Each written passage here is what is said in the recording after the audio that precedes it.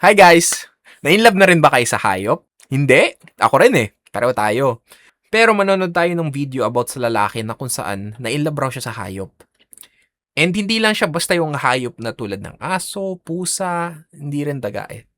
Na-inlove siya sa dolphin. Sa dolphin! Tara, panoorin na natin. It was the early 70s when I was going to New College. I was asked by a woman writer to take some photographs to illustrate a book that she was going to write about the dolphins at Florida Land. It was my first professional gig, really, as a freelance photographer. I met the author at her house in Sarasota, and we took her boat down to Florida Land. When we got out of the boat, we were standing on the dock looking down at this dolphin. She stared up at us, and we stared down at her, and the writer said, "This is Dolly. Malcolm, meet Dolly. Dolly, meet Malcolm." There were no intimations that this dolphin and I would become lovers eventually. I was fascinated. I'd never been that close to a dolphin before. This dolphin and I would become lovers? Lovers as in consensual lovers? Na kayong dalawa, aware kayo na nasa isang relationship kayo? Siguro yung problem dito is parang nakikita ko is mukhang meron siyang zoophilia. Zoophilia is pag yung tao na in love sa hayop. Zoo, meaning yung parang sa hayop, yung mga sa zoo. Then philia is love. So, ayun, zoophilia.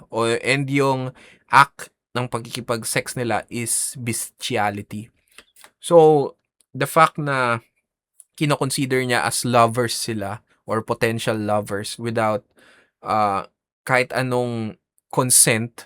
Kasi, ayun nga, at the end of the day, yung hayop, hindi nila kaya mag-consent kasi wala silang innate ability to consent sa human relationships tulad ng tao to tao. Tayo kasi mas evolved tayo in a way na kung saan meron tayong consciousness na kaya natin ma-determine talaga yung concept of consent. While yung hayop na based on instincts lang sila, based on sa natural innate abilities or natural innate habits na namanan nila sa mga ancestors nila na carry on, hindi sila tulad nating mga tao mag-isip. So, hindi sila pwede maging lovers in a sense. Kasi isa lang yung taong may aware na lovers sila. Yung concept of love, hindi kaya makomprehend ng hayop. So, sige, panoorin na lang natin. Enormously interested. I slipped into the water with her. She wouldn't come anywhere near me, of course. Dolphins are usually suspicious of strange people. She stayed on the other side of the pen, and then the assistant trainer began urging me to swim out, to take the first move, to be bold, So I struck out to the middle of the pen and sort of chased her around for a while, and finally we ended up in the shallows.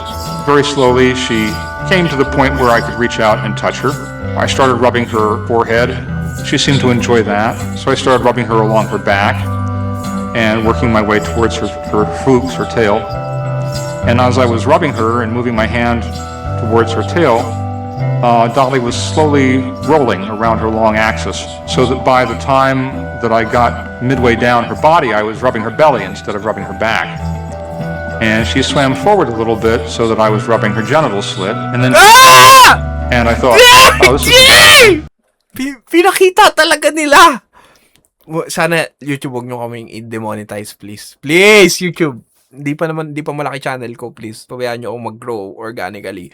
Parang yung description nyo, parang nagkakares siya ng tao. Parang may pagka-predator vibes. Okay, kinakares yung ulo, kinakares yung back, kinakares yung fin, kinakares yung tail, kinakares yung, tapos biglang, whoop, genitals. Ba't ko ginawa ako na yun? Sinsira ng video na to.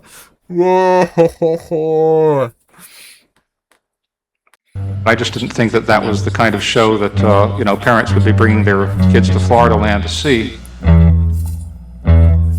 She was kept in the sea level pens because she was at the time the only dolphin outside of the U.S. Navy that was trained to work in open water.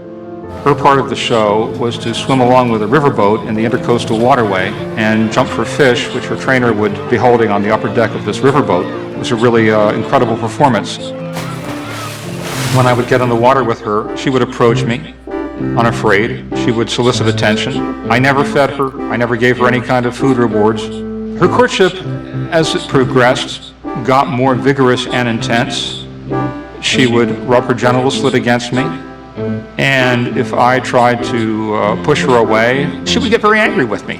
One time, when she wanted to masturbate on my foot, and I wouldn't let her, she threw herself on top of me and pushed me down to the 12-foot bottom of the pool.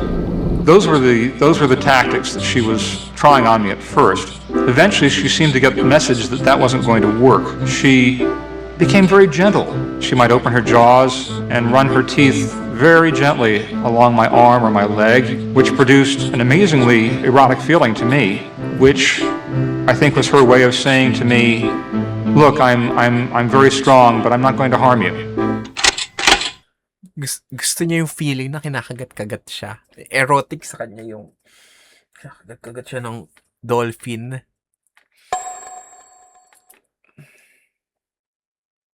Mind you, in no way, shape, or form nire-resemble ng dolphin ang tao. In no way, shape, or form. Isipin mo yung itsura niya, like parang yung snout niya pahaba, na parang, mammal sila. Pero hindi sila yung exact, na parang, hindi sila parang unggoy siguro. Hindi sila parang unggoy na kung saan hindi ko sinasabing maging attracted kayo sa unggoy, pero yung closest na itsura ng tao is yung unggoy. Tingnan mo yung sa Planet of the Apes nga, 'di ba? Pinatulan ni Mark Wahlberg yung unggoy dun sa Ape Planet. Pero back tayo sa point. The fact na parang feeling niya is kino-court siya ng dolphin. Parang meron ng something wrong doon eh. Hindi ibig sabihin na may ginagawa yung hayop na something na ginagawa ng hayop. Okay, i-rephrase ko. Hindi dahil na may ginagawang animalistic ang isang hayop, hindi ibig sabihin nun na nagko-court sila sa'yo. Oo, pwede mong i-interpret as nagko-court sa'yo, pero sadyang ginagawa lang nila kung ano yung pinapagawa ng instinct nila sa'yo. Hindi ibig sabihin ng pinapakita ng peacock yung feathers niya sa'yo, yung malaki niyang feathers, hindi ibig sabihin na gusto ka niya ng tirahin and dapat magpatira ka na sa peacock. Hindi ibig sabihin na yung pusa, dinadalan ka ng pagkain ng patay na daga para mapakain ka. Hindi ibig sabihin na kakainin mo siya dahil like parang yun yung ino-offer niya sa'yo. Hindi ibig sabihin yung aso, hinahump ka, ibig sabihin magpapatira ka na sa aso. Animals sila. Ginagawa nila yun for a reason dahil meron silang natural instinct para gawin yun. Ikaw, as a human being, meron kang consciousness, binigyan ka ng Diyos ng consciousness para ma-determine yung right from wrong, para magkaroon ka ng ability to analyze, conceptualize, na kung saan wala ang mga hayop ng ganito.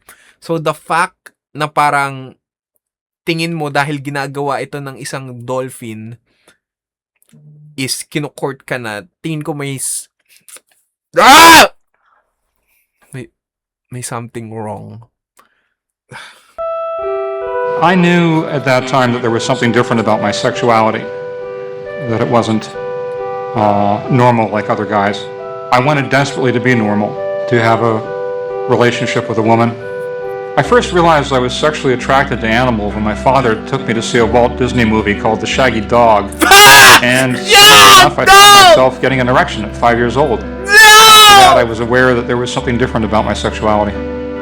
Zoophilia is Greek for lover of animals. A zoophile is someone, in contrast to a bestialist who might just have sex with an animal and walk away. A zoophile is somebody who has tender or caring emotions for their animal partner. My first sexual encounter with an animal came when I was about 11 or 12. I tried to have sex with the family dog, which was a miniature poodle named Miss Clavel.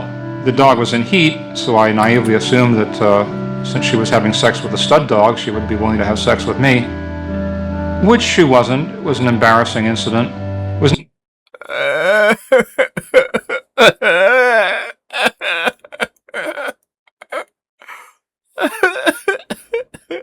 Dahil in heat ang aso, yun yung example na, literal na ginamit ko lang yung example na yun kanina. Pero yung ginamit ko lang is yung aso nag-hump. Dahil in heat yung aso, feel mo napapatulan ka na ng aso. Hindi. hindi sila nagfa-function tulad ng tao. Okay, may times na yung mga animals, meron silang ginagawa for pleasure. Okay, sige. Yung animalistic side nila, na kung saan talagang wala silang control sa sarili nila pag merong pleasurable sa kanila, ginagawa nila yung something pleasurable na yun. Pero yung pinaka-common drive talaga sa pag-sex nila is for reproduction. Talagang yung passed on trait na meron yung mga mammals talaga is nagpo-procreate sila, talagang mas may tendency talaga silang mag-procreate yung mga mammals. Kaya nga sabi nila na parang if meron talagang mga mammals na hindi nila kayang mag-procreate, parang ibig sabihin nagsasuffer talaga sila ng great deal of, let's say, mental torture or something na, alam niyo yun, parang ganun. Yung point is, hindi ibig sabihin na in-heat siya, ibig sabihin gusto niya lang is like sexual pleasure. Kaya siya in-heat, yung hinahanap niya is gusto niya mag-procreate and gusto niya magka-puppies. Tapos, Not very romantic. After that, I felt basically unclean. I felt like I wanted to take a bath. I wondered what was wrong with me, why I wasn't having normal male desires for women. It made me feel very embarrassed. It made me feel abnormal. It made me feel like I wasn't one of the guys, you know? Because the other guys would be telling dirty jokes about girls, and I just couldn't care. Whatever I was getting from the dolphin seemed very fulfilling, very rewarding. It was like she was the only female who was really paying any attention to me, and that made a tremendous amount of difference to me.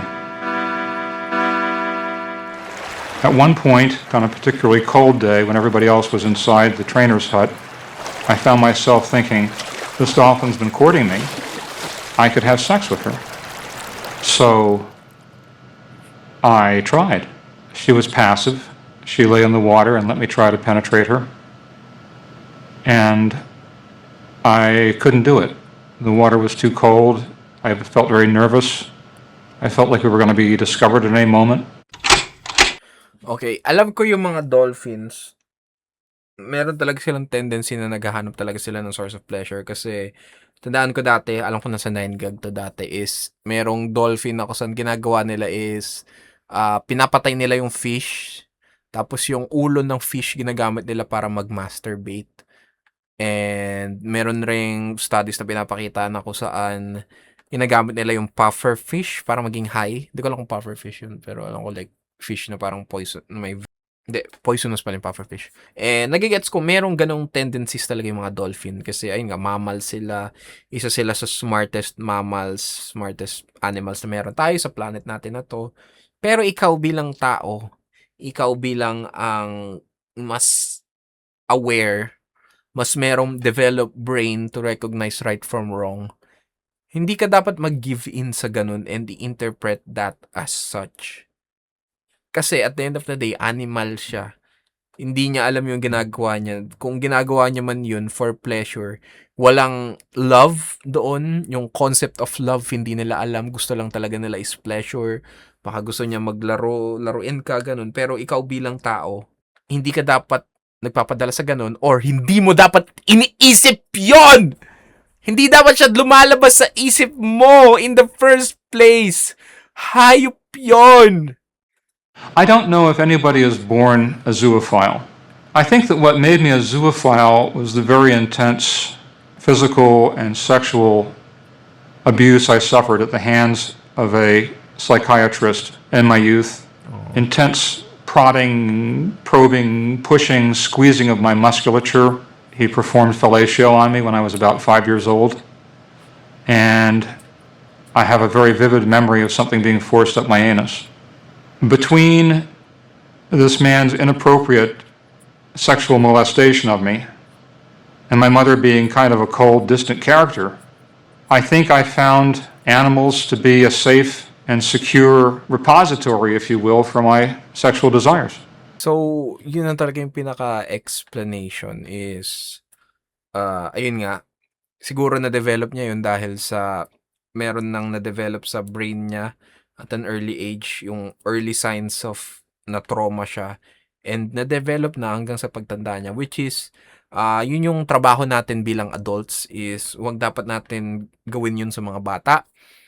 And tawag dun, yun yung mahirap yun yung pinaka-tragic Since nung panahon na yun, wala silang pamamaraan para fully i-recognize yung zoophilia as mental disorder and tulungan ma-treat sila nun since hindi pa ganun ka-open yung mga tao sa mental health nung panahon na yun. Which is, yun yung maganda sa generation natin ngayon kasi na-develop na ng mga tao since nagkakaroon na tayo ng movement na kung saan magandang i-prioritize natin is yung mental health natin kasi sobrang daming diseases of the mind na kung saan hanggang ngayon undiagnosed pa rin na hindi pa natin kayang bigyan ng pangalan while at the same time ginagawa natin yung best natin hanapan ng solusyon. So, yun lang yung mahirap doon. And biblically speaking, gets ko na talagang mahirap talaga yung pinagdaanan niya. Kasi pati si Jesus against sa nangyari sa kanya. Yung, sige, magsabi ako ng verse. Sabi nga sa NIV, sa Matthew chapter 18, verse 5 to 7. And whoever welcomes one such child in my name welcomes me. If anyone causes one of these little ones, those who believe in me, to stumble, it would be better for them to have a large millstone hung around their neck and to be drowned in the depths of the sea. Woe to the world because of the things that cause people to stumble. Such things must come, but woe to the person through whom they come. Ayun. So, pinaka-point dito is merong dalawa tong context. Una is yung mga bagong believers na kung saan dapat para maka-enter ka sa kingdom of heaven is dapat maging humble ka tulad ng bata, open sa lahat, open-minded, mabilis mag-absorb ng mga turo, and innocent. Kailangan maging innocent para mapunta ka sa heaven. Although yung pinaka-requirement talaga is faith, pero once na nagka-faith ka, yung gifts of the Holy Spirit, yung fruits of the Holy Spirit is yun na yung binibigyan kanya ng innocence and binibigyan kanya ng innocence kasi kinuha na ni Jesus yung guilt mo away from you, yung guilt of your sins, kinary niya na para sa inyo. So, theologically, yun yung point dito. Pero meron pang isang context ito na kung saan binavalue talaga ni Jesus yung children, yung innocence talaga ng children na kung saan if those who cause those children to stumble, yung mga bata na payagan nilang mag-fall off tulad ng nangyari dito sa guy na to yung sa dolphin, yun talaga yung nahihirapan siyang i-forgive. Pero if forgive niya, no sin is big enough for God. Pero at the same time, if hindi ka nagrepent tapos ginawa mo yung sin na yun, malala talaga yun. Kasi isipin mo, gaano kalaki yung psychological trauma na binibigay nun sa bata. Maraming mga bata dyan na kung saan, ayun nga, let's say for example, inabuso sila physically ng nanay nila nung habang bata pa sila. Tapos nagde-develop sila ng fetish tulad ng masochism na kung saan gusto nilang binubugbog sila during sex kasi yung pain yung nagbibigay sa kanila ng pleasure. Very much sa kung paano sila pinalaki. Ayun nga, sinasaktan sila palagi. Yung ganun. Marami talagang causes kung bakit. Maraming mga adults ngayon na parang ganun mag-isip yung out of the norm. Kasi most likely, naabuso sila nung bata sila. Which is tayo bilang adults of this new generation. Tayo ngayon natuto na tayo sa kung ano yung ginawa sa atin. Marami ng awareness sa social media. Like ganun. Alam na natin kung ano yung gagawin natin para hindi na maulit yung mga yun. So, ayun nga, I highly suggest na basahin nyo to sa Matthew and balik tayo sa video. 150 years ago, black people were considered a degenerate subspecies of the human being. And at the time, miscegenation was a crime in many states. As today, interspecies sex or bestiality is a crime in many states. And I'm hoping that in a more enlightened future, zoophilia will be no more regarded as controversial or harmful than interracial sex is today.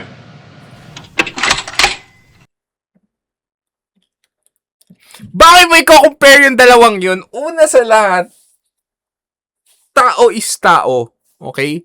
Nangyari lang naman yung pagbawal ng interracial marriage dahil sa US is yung systemic oppression na ginawa ng US against black people is tinreat nila as second-hand citizens yung mga black people, yung mga African Americans dahil ayun nga, mababa yung tingin sa kanila socially dahil naging slaves sila. So, merong bias against sa kanila.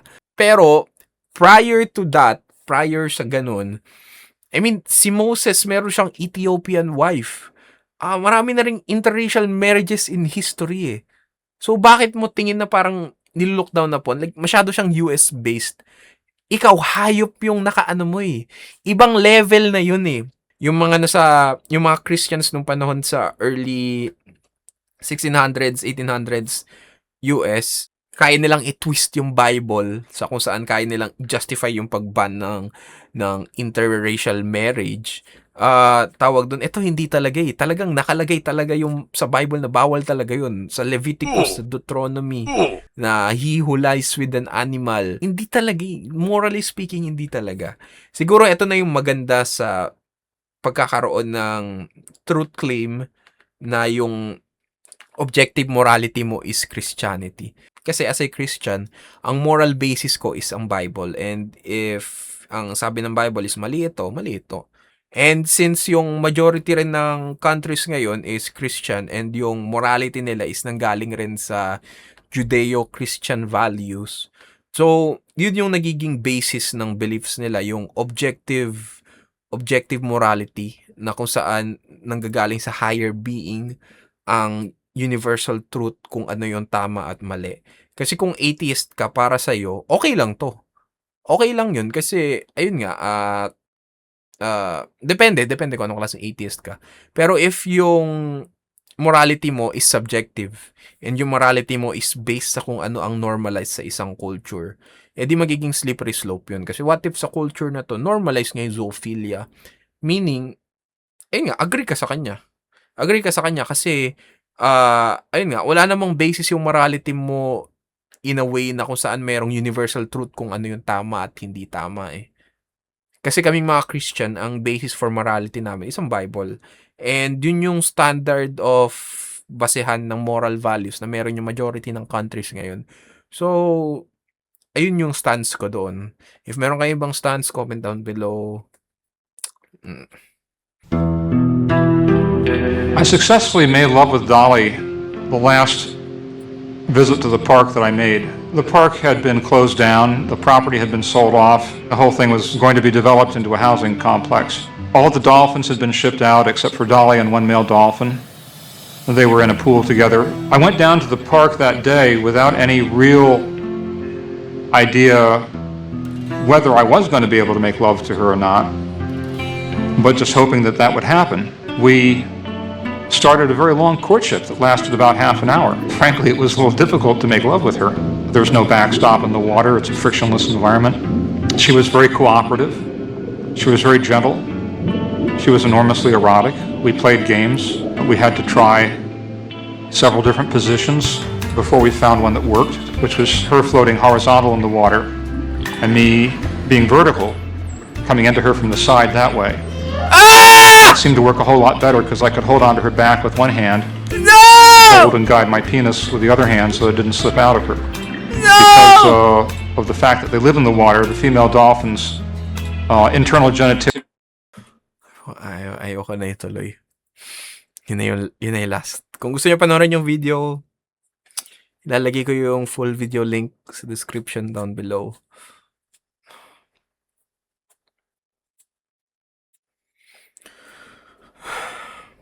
Kung gusto niyo yung video na to, like, comment, subscribe, and see you next video.